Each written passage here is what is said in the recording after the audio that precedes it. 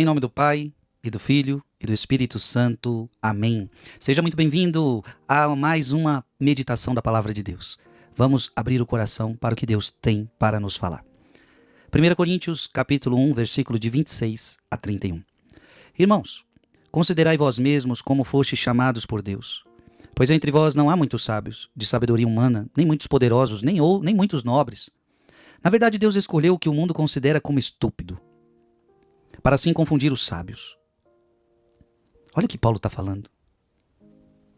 Vocês não são sábios, vocês não são poderosos, e mesmo assim Deus escolheu vocês. E aí Paulo começa, na verdade, Deus escolheu o que o mundo considera como estúpido, para assim confundir os sábios. Deus escolheu o que o mundo considera como fraco, para assim confundir o que é forte. Veja, se nós olhássemos para os apóstolos, aqueles que foram escolhidos por Cristo, eles não eram os mais fortes da época. Eles não eram os mais sábios da época. Então é isso que Paulo está falando. Como é que Deus escolhe pessoas que não são os mais sábios, não são os mais nobres, não são os mais poderosos? E aí Paulo está falando, ele escolhe aquilo que é até estúpido, mas para confundir os sábios. Deus escolhe o que o mundo considera fraco para confundir os fortes. Deus escolheu o que para o mundo é sem importância e desprezado. O que não tem nenhuma serventia. Olha isso, gente, o que não tem nenhuma serventia.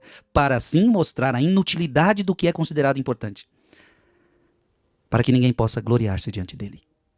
É graças a ele que vós estáis em Cristo Jesus, o qual se tornou para nós da parte de Deus sabedoria, justiça, santificação e libertação.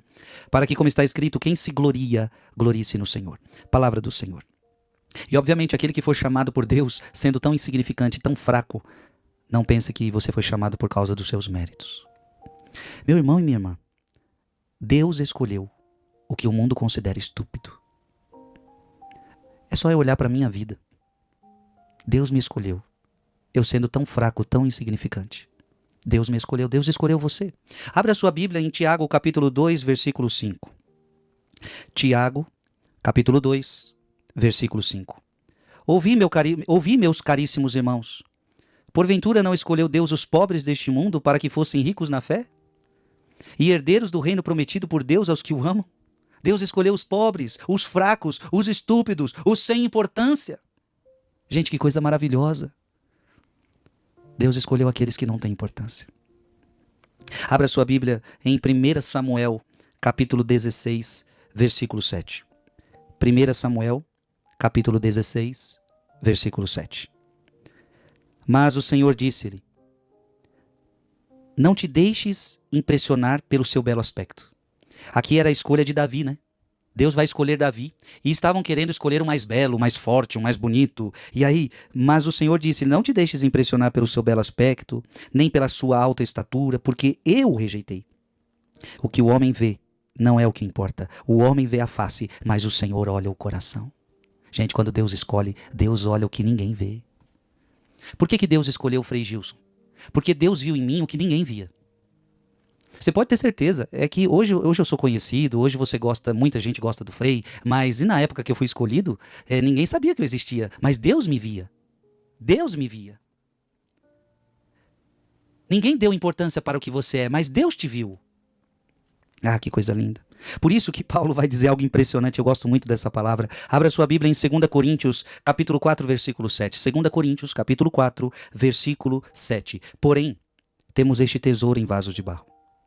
A gente tem um tesouro, mas em vasos de barro. Para que transpareça claramente que este poder extraordinário provém de Deus e não de nós. E Paulo está falando isso aqui também na 1 Coríntios. Tudo isso para que veja o poder de Deus. Quando Deus escolhe alguém fraco, alguém pecador, ele mais ainda está manifestando o seu poder. Ou seja, como que pode nessa pessoa tão pecadora Deus agir tanto? E aí Paulo está falando, é tesouro em vasos de barro. Que eu entenda que a glória é dele e não é minha. 1 Coríntios, abra sua Bíblia, 1 Coríntios, capítulo 15, versículo de 9 a 10.